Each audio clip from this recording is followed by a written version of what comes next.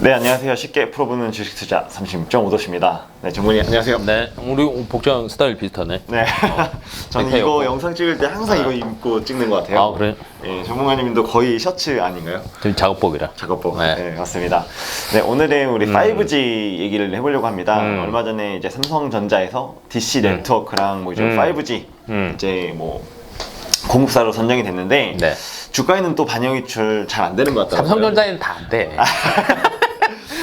그래서 오늘은 네. 이제 삼성전자가 아니라 네. 그냥 5G 업황에 대해서 한번 얘기해 보려고 하는데 네. 어떤 좀 상황이 저는 우선은 업황 자체는 살아나고 있다라고 얘기를 하고 싶어요. 그러니까 바닥은 좀 찍었다. 네. 바닥보다는 네. 사실은 저희가 이제 계속 코로나 때 얘기했던 게 뭐였냐면 5G에 대한 투자가 계속 지연되고 있다. 예. 이 얘기들을 계속 얘기를 했었잖아요. 맞습니다. 근데 실질적으로는 이제부터는 이제 투자를 집행하기 시작할 거다라는 거죠. 그게 좀 뭐 가시화되는 게 가시화되는 게 첫 번째는 삼성전자가 미국 통신사에서 수주를 네. 했다라는 게 저는 네. 첫 번째인 것 같고, 그러니까 버라이즌이 2년 전이었잖아요. 그렇죠. 작년 초 거의 8조. 네.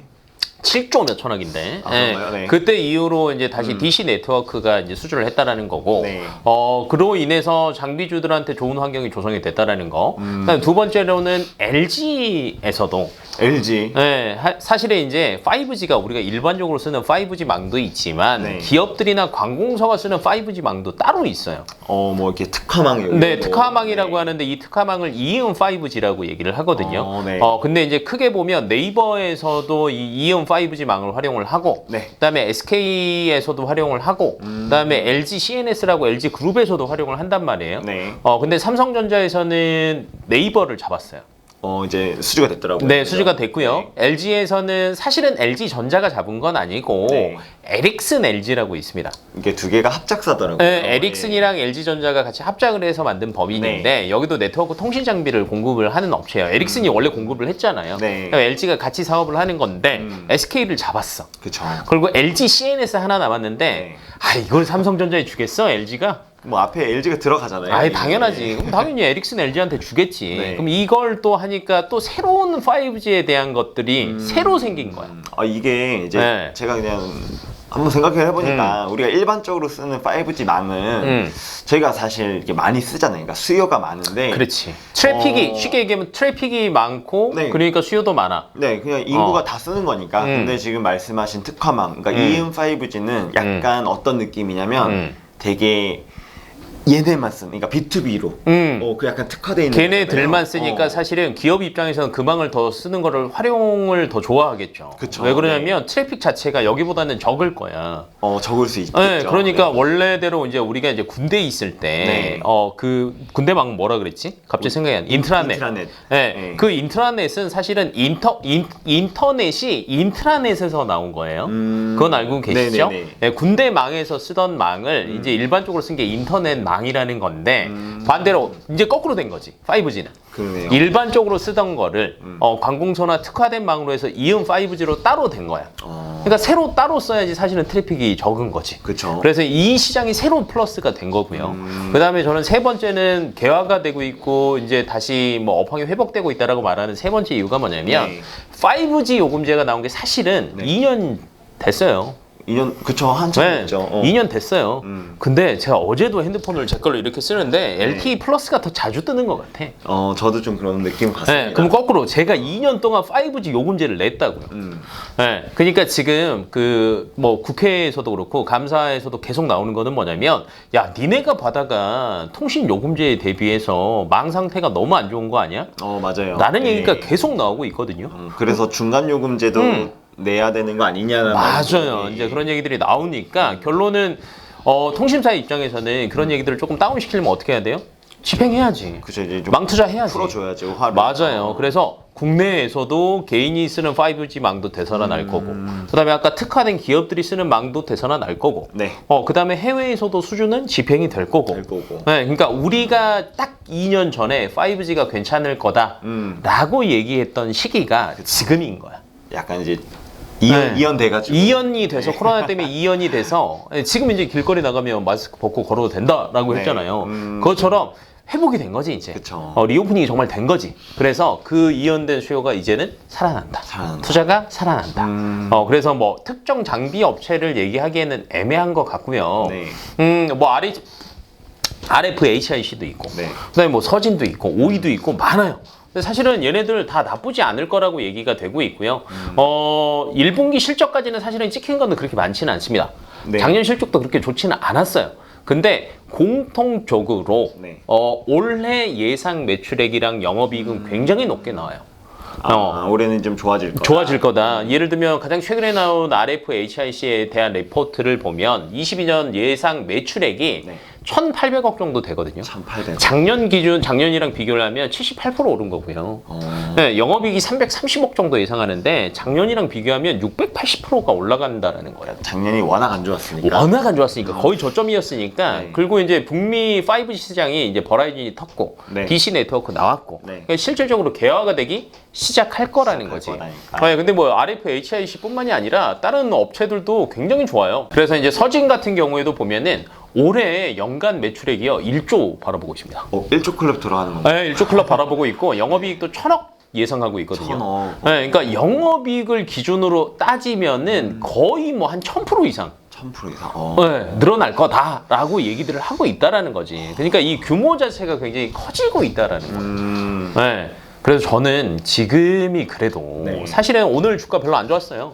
네, 삼성전자 맞습니다. 그 뭐 수주 관련된 이슈가 있었음에도 불구하고 사실은 기업들의 주가가 안 좋았어. 그쵸. 저는 이거는 사실은 이 이슈 때문이 아니라 대외적인 이슈 때문이라고 저는 생각을 하거든요. 사실 이제 FOMC에서 이제 75bp는 많이 안 할 거다라고 얘기를 했어. 말을 했는데 네. 또 그 다음 날 파월이 파월이 그런 건 아니지만 아니 정확하게 얘기하면 파월은 50bp라고 얘기를 했어요. 했는데 시장이 근데 시장에서는 야 그래도 인플레이션을 어느 정도 해지를 하고 따라잡으려면 그쵸. 75bp 정도는 해야 될 거야 6월 달에. 그쵸 이제 50bp로는 이 8% 부족할 수 있다. 되는 인플레이션 잡기는 어려울 거다. 네. 그래서 조금 더 빨라질 거다라고 시장이 그렇게 생각을 한 거죠. 음. 네, 근데 어찌됐건 이건 회복이 될 거예요. 왜냐면 5월 뭐 말이 넘어가고 네. 6월 달이 되고 어느 정도 가시화가 된다라고 하면 회복을 할 거야. 그쵸. 뭐 그동안에 사실은 전 세계적으로 꾸준히 나오고 있는 얘기 중에 하나가 뭐냐면 경기를 살리려면 1번은 뭐냐면 인프라 투자예요.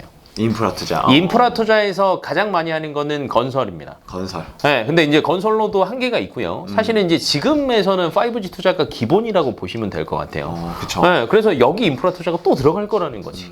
그럼 당연히 투자는 커진다. 커지니까. 네, 규모가 커지기 때문에 그와 관련된 많은 이때까지 쉬어갔던 네. 장비 주들이 사실은 이제 살아날 수 있는 계기가 됐다. 네. 네. 이게 지금 우리 작년부터 사실 이게 뭐 작년부터 얘기했지. 많은 애널리스트분들이 솔직히 얘기 드리면 이걸 보시는 분들도 또 이러실 수 있어요. 왜냐면 저도 그랬거든요. 근데 이게 성장주, 그러니까 어쨌든 금리가 이렇게 올라가는 이 시점에서 성장주들이 좀 많이 어떻게 보면 금리가 오르면 성장주한테는 안 좋은 거잖아요. 그거는 이제 이렇게 생각하면 될 것 같아요. 뭐 무조건 안 좋은 건 아니에요.